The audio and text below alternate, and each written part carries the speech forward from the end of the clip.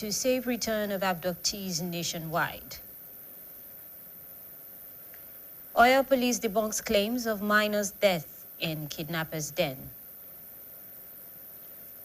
WHO announces about 500 confirmed Ebola cases in Central Africa. Good evening and thank you for joining us on the news around the world. I am Adituke Olaleye, and on the sign language corner is Shakirat Ogundeji. Vice President Kashim Shettima has reassured Nigerians that President Bola Tinubu remains fully committed to ensuring safe return of school children and other citizens abducted in different parts of the country. He made the call in Abuja shortly after a special Jumat prayer held at the National Mosque to commemorate this year's Democracy Day. Vice President Shettima's remark came amid renewed concerns over insecurity following the recent abduction of pupils and teachers in the Orire local government area of Oyo State, a development that prompted President Tinubu to approve the recruitment of additional security personnel. The Vice President further called on Nigerians to continue praying for peace and stability across the country, stressing that the federal government remains determined to tackle security challenges and safeguard lives and properties. The government area of Katsina State, near the Zagimbori village. In the 4-minute video circulated on social media, the wife of the retired general was seen conveying the abductors' demands. The demands included the release of 3 of their members identified as Sani, Aminu, Nasiru, as well as the return of livestock allegedly seized from them. She also appealed to the Katsina State government and leaders of 5 local government areas to facilitate compliance with the demand to secure their release. The retired general, who spoke briefly in the video, called for efforts to ensure peace, stating that the abductors had expressed interest in dialogue and peaceful coexistence. As of the time of filing this report, neither the Katsina State government nor security agencies had issued an official statement on the video. Meanwhile, bandits have reportedly demanded 40 million naira from farmers across several communities in Bena, Danko, Wazago local government area of Kebbi State before allowing them access to their farmlands for the commencement of this year's farming season. The development was disclosed on Saturday on X, where concerns were raised over the continued vulnerability of rural communities in the state. The demand has sparked panic among residents, forcing some families to abandon their communities over fears of possible attacks, while others remain uncertain about returning to their farmlands. Sources from the affected communities said the situation has worsened tension in an area already struggling with recurring insecurity and limited security presence. Residents and observers say the development highlights a growing pattern in parts of the northwest, where armed groups impose levies on rural communities before farming activities can take place, a practice widely described as taxation or peace arrangements in local parlance. Security operatives are yet to issue an official statement on the development, leaving the fate of the affected communities uncertain. Oyo State Governor Engineer Seyi Makinde has assured the immediate past Minister of Power, Chief Adebayo Adelabu, that the government is working hard to rescue his kidnapped sister and her 2 sons. Governor Makinde gave the assurance when he paid a visit to Adelabu, sympathizing with the former Deputy Governor of the Central Bank of Nigeria and his family over the kidnap incident. According to the governor, the visit was meant to brief the former minister on what the government is doing to ensure the safe return of his sister and her sons. Governor Makinde noted that the visit is to brief him on what the government has been doing regarding the unfortunate incident. The Oyo State Police Command has debunked reports claiming that one of the school children abducted during the recent incident at the Auru Esiele in Orire local government area died while in captivity. In a statement issued by the Police Public Relations Officer, DSP Ayolade Olayinka, the command described the reports as false, misleading, malicious, and completely without factual basis. The police stated that neither the Oyo State Police Command nor any of the security agencies involved in the ongoing rescue operation has confirmed such a development. According to the statement, the report was deliberately fabricated to create panic, spread fear among residents, and undermine ongoing security efforts aimed at securing the release of the abducted victims. The police noted that the dissemination of false information at a critical period such as this could jeopardize ongoing rescue operations, cause emotional trauma to affected families, and mislead members of the public. The police command therefore cautioned bloggers, social media influencers, online content creators, media practitioners, and other members of the public against publishing or sharing unverified security-related information. The command added that verified updates on the situation would be communicated to the public as developments unfold. Public Relations Officer, DSP Ayolade Olayinka, the suspects were arrested on the 3rd of June during a routine stop and search operation by operatives of a command monitoring unit along the Oyo-Ogbomosho Expressway. The statement disclosed that preliminary investigation revealed that the suspects had been on the police watch list over alleged involvement in cult-related activities in Ogbomosho and surrounding communities. During interrogation, the suspects reportedly confessed to being members of a notorious secret cult group. Investigators also discovered that the duo occupied strategic positions within the group's hierarchy, and they may be linked to other criminal activities currently under investigation. The Oyo State Police Command has commenced a statewide enforcement operation aimed at ensuring compliance with vehicle identification regulations and strengthening security across the state. In a statement signed by the Police Public Relations Officer, DSP Ayolade Olayinka, the command said the operation targets vehicles and motorcycles without proper identification, including those with fake, obscured, and unlawfully covered number plates. According to the statement, the enforcement exercise is part of an ongoing effort to combat violent crime and other forms of criminality while enhancing public safety throughout the state. The police warned that anyone found violating the regulations will be arrested, while affected vehicles and motorcycles will be impounded in accordance with the existing law and operational procedures. The command also disclosed that intermittent stop and search operations, intelligence-led patrols, and other coordinated raids on the identified criminal hideouts will continue across the state. The police urge residents to remain calm, law-abiding, and cooperate with officers during the operations, emphasizing that the exercise is solely in the interest of public safety and security. In the meantime, the Muslim community of Oyo State has announced a special prayer session for the safe release of the school children and teachers abducted by gunmen in Orire local government area of the state. The prayer convened under the leadership of the President of the League of Imams and Alfas of Oyo State and the Chief Imam of Ibadan, Sheikh Al-Imam Agbotomo Kekere, is aimed at seeking divine intervention for the speedy and safe return of the victims. A statement jointly signed by Chairman and Secretary General of the community, Alhaji Ishaq Sani, and Alhaji Munisiku Shiobade, described the abduction of a matter of grave concern, not only to Oyo State, but to the entire nation. The statement noted that the prayer gathering would provide an opportunity for Muslims and other concerned residents to seek Allah's mercy and intervention, the rescue of the abducted pupils and their teachers. The special prayer session to be led by Chief Imam of Ibadan and the Grand Chief Imam of Oyo State, Sheikh Al-Imam Agbotomo Kekere, is scheduled to hold on Sunday, 7th of June at the Yidi Agodi Prayer Ground, Ibadan, beginning by 10:30 a.m. The community expressed optimism that through prayers and sustained efforts by security agencies, the victims would soon regain their freedom and reunite with their families. However, the Muslim community of Oyo State has condemned attempts by kidnappers to justify their criminal activities through religious rhetoric, declaring that terrorists do not represent Islam and cannot speak on behalf of Muslims. In a statement signed by its chairman, Alhaji Ishaq Sani, and Secretary General, Alhaji Murisiku Jeobade, the community faulted recent Sharia-related demands reportedly made by abductors, describing such claims as a distortion of the teaching of Islam.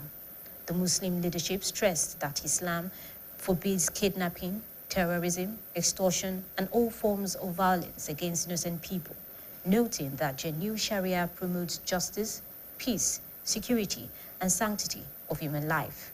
The statement emphasized that the violent actions of criminals are completely at variance with the principles and values of Islam, adding that such should not be associated with religion. The community also reaffirmed their support for security agencies and called on law enforcement authorities to intensify efforts towards tracking down and bringing the perpetrators to justice. For effective governance and improved service delivery across the sectors, Nigeria's political structure needs to be reorganized to bring government closer to the people. An elder statesman and former Nigerian ambassador to Philippines, Dr. Yemi Farumbi, stated this while discussing the state of the nation on BCOS television's magazine program, Saturday Special. Staff reporter Olamide Wolabi monitored the program.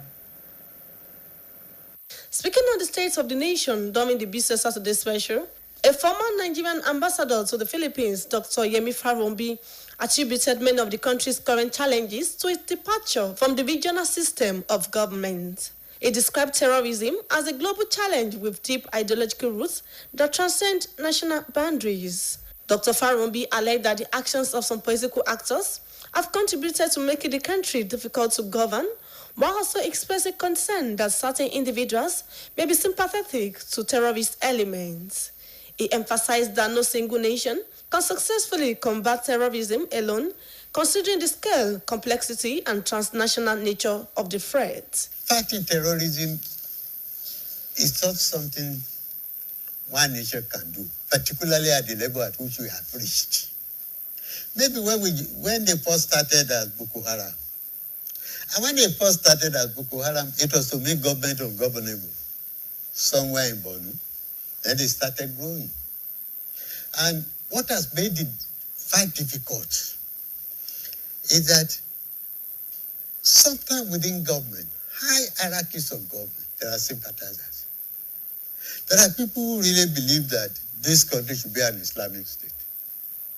There are people who really believe that they should take the Quran from Sokoto and dump it and bring it to the Atlantic Ocean. There are people who believe that. And they are in high position. And they are in position to take decisions.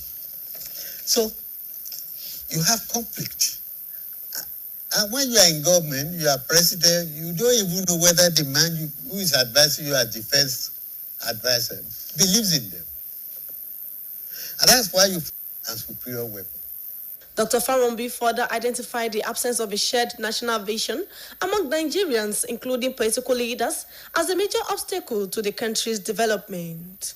According to him, many Nigerians favored the regional system of government because it promoted healthy competition, productivity, and economic growth among the regions. He lamented that the current structure has encouraged dependency and reduced the drive for productivity. Or in Nigeria, there's Federal Housing Authority, there's Ministry of Work and Housing, there's Federal Mortgage Bank. Things that ought to be done by local government. So if we rearrange and get these lower levels more productive and equipped, for us to get the economy right, to get the security right, we have to rearrange the structure in such a way. Because a principle in governance is that an activity of government should be at the level nearest to the people. The elder statesman maintained that meaningful national progress can only be achieved when the country's elite demonstrates sincerity and commitment to good governance.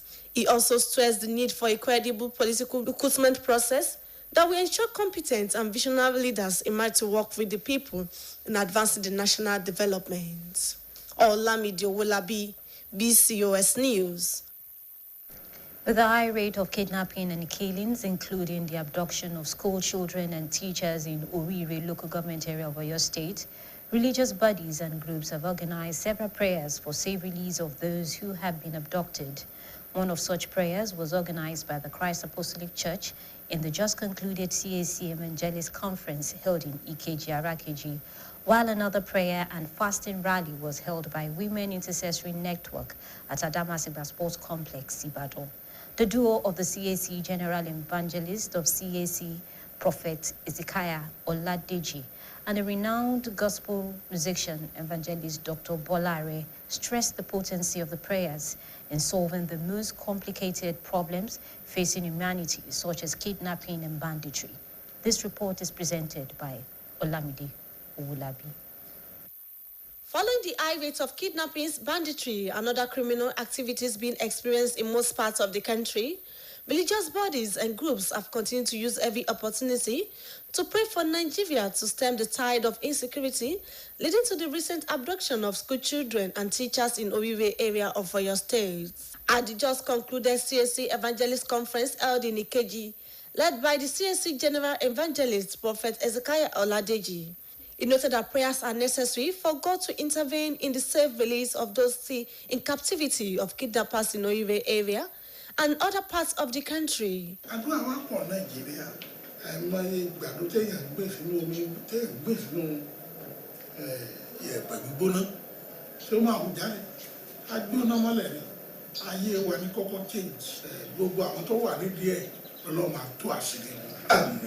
Prophet Ezekiah Oladeji urged Nigerians to always abide by the teachings of the Bible for the society to be a better place to live in. In their respective remarks, the Secretary of CAC World Evangelistic Outreach Committee, Pastor Joseph Makiwa, and a member of the committee, Pastor Joseph Popola, expressed delight over the success of the program and expressed the hope that with the prayers offered, God will intervene and touch the hearts of the kidnappers to release those in captivity, particularly in Ogbomosho. When you look at what is happening in the country today, nobody will believe that we have this large turnout. And you will see it is because of the blessing of the fathers that makes the Holy Spirit to turn the heart of many people to attend this program. And since Monday up to this time, God really moved. Through all the anointed guest speakers, God really moved. I want to glorify the name of the Lord for the success of this program. Even though when we look at the situation of the country, we don't even expect people like this. But by faith, we believe that people will come. So we glorify the name of the Lord for the success of this program. The program was very, very great. Meanwhile, at a similar Oyo State prayer and fasting rally organized by Women Intercessory Network, tagged If My People, series of prayers were offered for the freedom of those in captivity across the country. The women also specially prayed for the Oyo State Governor, Engineer Seyi Makinde, while they also saw the face of God over insecurity in Nigeria, as kidnapping and banditry are now becoming a common phenomenon. Speaking at the program, the draw of the coordinator of the Women Intercessory Network in Oyo State, Dr. Adefunke Opatunde, and renowned gospel musician Evangelist Bola Are, said the fasting and prayer rally was to seek the face of God over the abducted school children for divine intervention for their immediate safe release. We are in a situation where we can no longer help ourselves. And we know that the power of God, the supremacy of God, the sovereignty of God, and the mercy of God has the capacity to save and to deliver us at this crucial time. At a time like this, we don't have any other thing because we have no machinery, we have nothing. It's better we go into prayers to God that created Nigeria. Professor Janice Olawoye of Faith Bible Church Akobo, in a brief exhortation at the program, expressed her displeasure over the situation in the country and praised government for the step taken so far to secure the release of those in captivity. Apostle Sunday Popola equally expressed his belief in the potency of prayers at a critical time like this.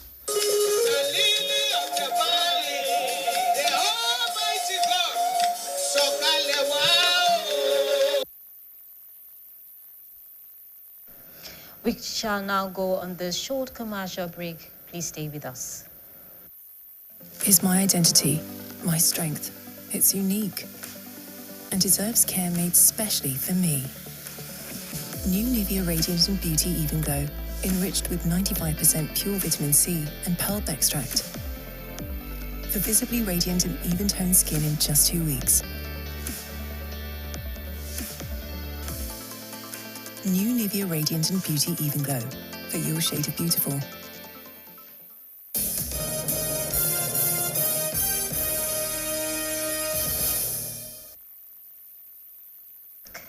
Stakeholders have called for urgent and collective action to tackle the growing threats of climate change and rapid urbanization of communities across Nigeria.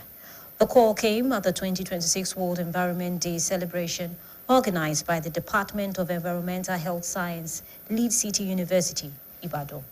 BCOS reporter Abimbola Ashawande was at the International Conference Center of the institution. Our report is presented by Gbemisola Adebayo. As the world marks the 2026 World Environment Day, environmental experts, policymakers, academics, and advocates converged on Lead City University Ibadan to explore practical solutions to the environmental challenges confronting urban communities. Delivering the keynote lecture titled Urbanization and Climate Change, Rebuilding Resilient Cities for a Sustainable Future, Dr. Shade Akishete identified rising temperatures, erratic rainfall patterns, flooding, drought, and heat stress as major threats facing rapidly growing cities. Dr. Akishete emphasized the need for climate-smart infrastructure, efficient drainage systems, climate-resilient housing, and the expansion of green spaces to enhance urban resilience and support sustainable development. Increasing plant cover also reduces the temperature. Enhanced urban green spaces like parks, like the street trees, and horticultural gardens will reduce urban heat island and then shade and evapotranspiration from plants also help to cool the environment. Speaking at the event, the Oyo State Commissioner for Environment and Natural Resources, Engineer Ademola Aderito, highlighted ongoing efforts by the Oyo State government to promote environmental sustainability and strengthen resilience against climate-related challenges. The Commissioner disclosed plans by the government to plant 1,000 trees across strategic locations in the state to improve air quality, restore the ecosystem, and enhance urban resilience. We are saying to the people what they need to do to restore the environment.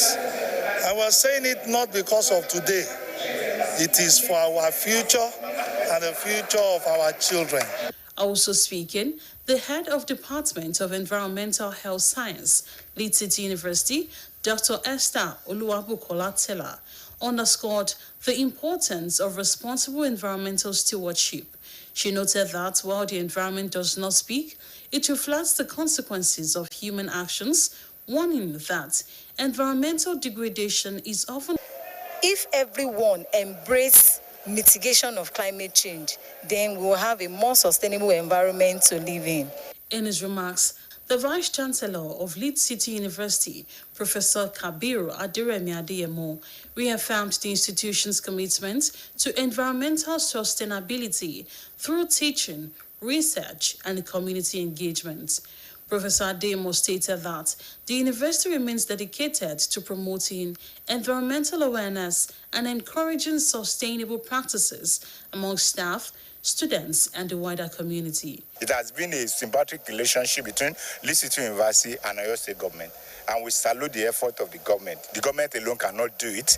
The university alone cannot do it. We need to collaborate. We need to have partnership. We need to have linkages so that at the end of the day, we all achieve a common goal, which will definitely give us a symbiotic relationship. Participants described the event as timely and impactful, noting that collaboration among governments, educational institutions, the private sector, and citizens is vital to addressing environmental challenges and building resilient communities. Highlights of the celebration included presentation of citations of guest lecturers, interactive session, and robust discussion on strategies for sustainable urban development and climate resilience. Ectopic pregnancy occurs when a fertilized egg implants outside the womb, most often in the fallopian tubes. Health experts say early detection is key to saving lives. In this report, Oyeshile Oluyede examines pregnancy complications that can turn fatal if missed early. Pregnancy is expected to develop inside the uterus, but in some cases, the fertilized egg implants elsewhere, a condition known as ectopic pregnancy. Consultant gynecologist Dr. Oluwabunkumi Kolade explained that this happens when the fertilized egg fails to move normally into the womb. He said ectopic pregnancy develops when the fertilized egg is unable to travel into the uterus. We can have an ectopic pregnancy occurring in what we call the fallopian tube. We can have it occurring in what we call the ovary, which are actually the commonest places. We can have it occurring actually on the intestine. We can have it occurring on the liver. We can have it occurring anywhere actually, apart from the lining of the womb. The commonest place where it happens is inside the fallopian tube and the ovaries. Pregnancy happens because the egg of the woman and the sperm of the man are passing through the fallopian tube. So if there is anything that will affect the activity of that sperm and egg meeting, it will cause an ectopic pregnancy. A good example is maybe a portion of the fallopian tube is narrow. If it is narrow, the sperm and egg will meet, but then they can't pass through again. So it will get stuck inside the fallopian tube, and the pregnancy will continue to grow inside the fallopian tube. Dr. Kolade said previous pelvic surgeries and some contraceptive devices can increase the risk. According to him, common warning signs include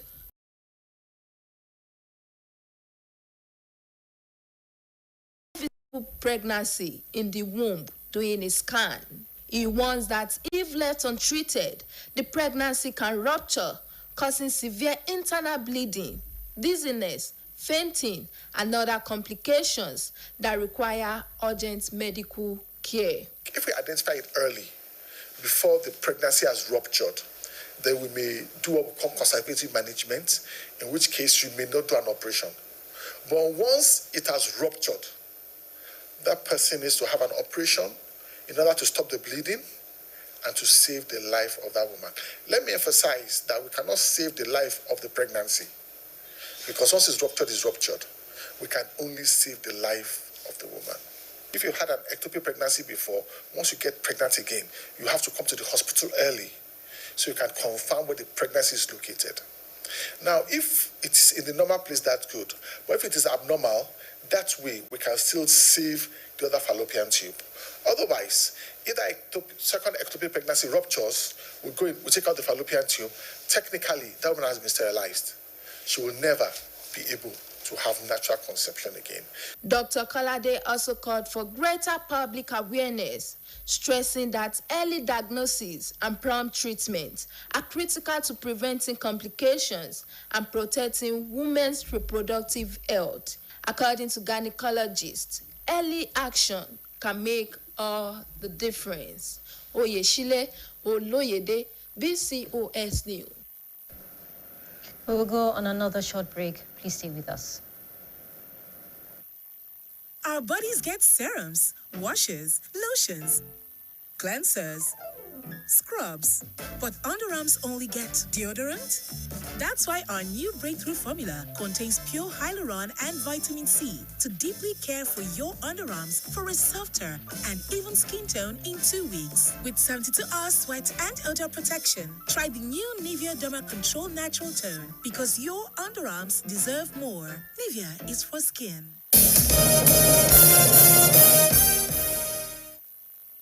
Welcome back. Birthdays are often marked with celebrations among family and friends. However, for Mrs. Temitope Adeniro Alexander, our special day became an opportunity to extend the kindness and support to the less privileged. To commemorate her birthday, she distributed food items and cash gifts to more than 100 widows and widowers in Ibadan, bringing relief and hope to many beneficiaries. BCOS reporter Folashade Akintola has the details. The atmosphere was filled with joy, appreciation, and excitement as widows and widowers gathered to receive food items and financial support from the celebrant, Mrs. Temitope Adenio Alexander. The outreach was designed to provide relief for vulnerable individuals and demonstrate love and compassion to members of society facing various challenges. Speaking at the event, Mrs. Adenio Alexander expressed gratitude to God for his faithfulness and abundant blessing throughout her life.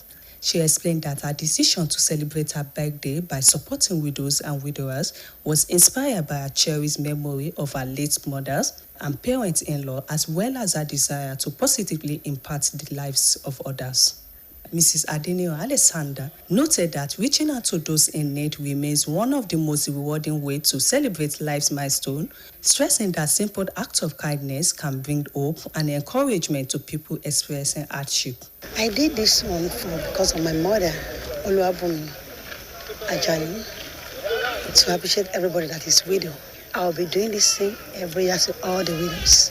In his remarks, the father of the celebrant, Pa Sabitu Adeyanju Ajani, thanked God for preserving his daughter's lives and commended her for consistently demonstrating compassion and commitment to humanitarian service. Well, I'm very happy about her and I'm so much appreciated all efforts the people have done for me.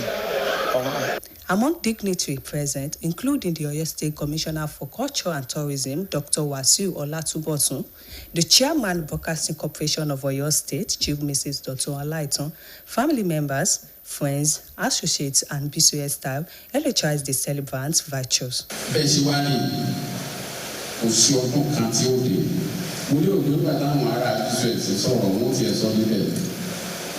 Kò sí ìgbà kankan tí ọdún tí ó dé bàjẹ́ Christmas bàjẹ́ léyà ni o. Kò gbàgbé orí ìmọ̀ tó ti jáde ó máa fi nǹkan ọgbọ́n ránṣẹ́ sí àwọn colleagues ní BCOS. Ẹ̀kọ́ tí adẹ̀fẹ́ kọ́ lára ẹ̀ fún náà ni wípé wá ti torí wípé òun ga kó wá máa tẹ ọkọ rẹ̀ lójúmọ́lẹ̀ o.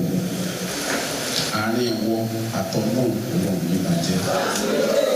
Àtẹ̀jókòó ìtorí kí la fẹ́ fún yín ìfẹ́ lẹ́ni tá a bá pè yín bẹ́ẹ̀ bá dáhùn fún ọ láàfẹ́tẹ́ ẹni tẹ́ fi ààyè lẹ̀ pé ọmọ pété ìwà ìtọ́nà fẹ́ pé jẹ́ àná ìfẹ́ lèèyàn ní àwọn ọmọ tí yín náà wà sórí mi.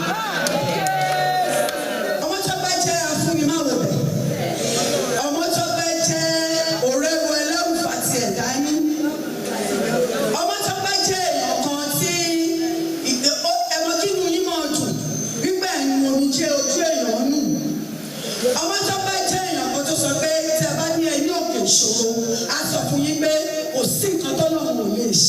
Some of the beneficiaries expressed heartfelt appreciation to the gesture, describing the support as timely and impactful. They offer prayers for the celebrant, asking God to continue to bless, protect, and grant her many more years of good health and prosperity. Kò ní tán lọ́wọ́ yín òkè òkè lẹ́ẹ̀mọ́ lọ ẹ̀yin tẹ́ ẹ fún wa lọ́dún yìí ẹ fún wa lọ́dún tó ń bọ̀. A dúpẹ́ lọ́wọ́ rẹ̀ yóò máa pọ̀ sí ni yóò tó ga sí yóò wà tọ́kọ rẹ̀ wọ́n máa lọ síwájú. The event featured goodwill messages, prayers, and the presentation of gifts to beneficiaries, creating a memorable atmosphere of celebration, gratitude, and shared humanity.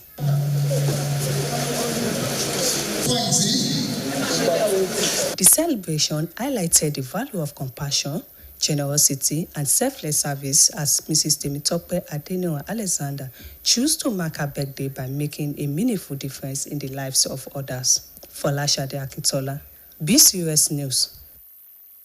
We now move over to the sports segment.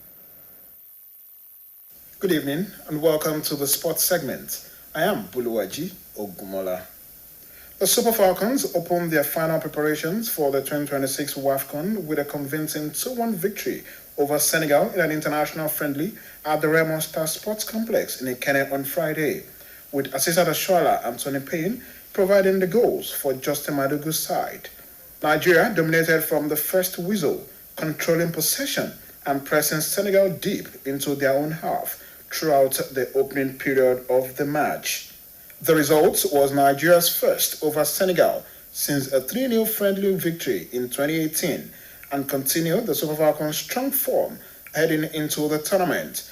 Nigeria head into WAFCON as defending champions, having lifted their 10th continental title last year, and will target an 11th when the competition begins in Morocco on July 26. Madugu's side have been drawn alongside Egypt, Malawi, and Zambia in the group stage. Super Eagles head coach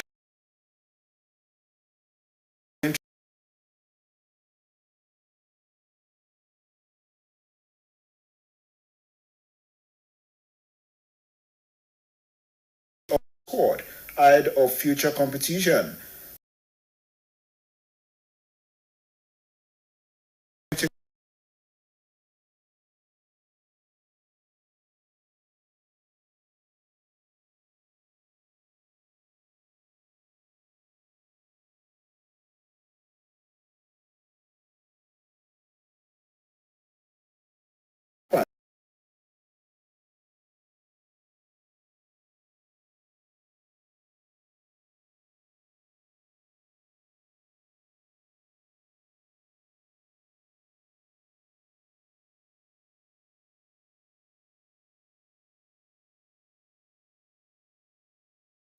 National Sports Commission Director General Bukola Olopade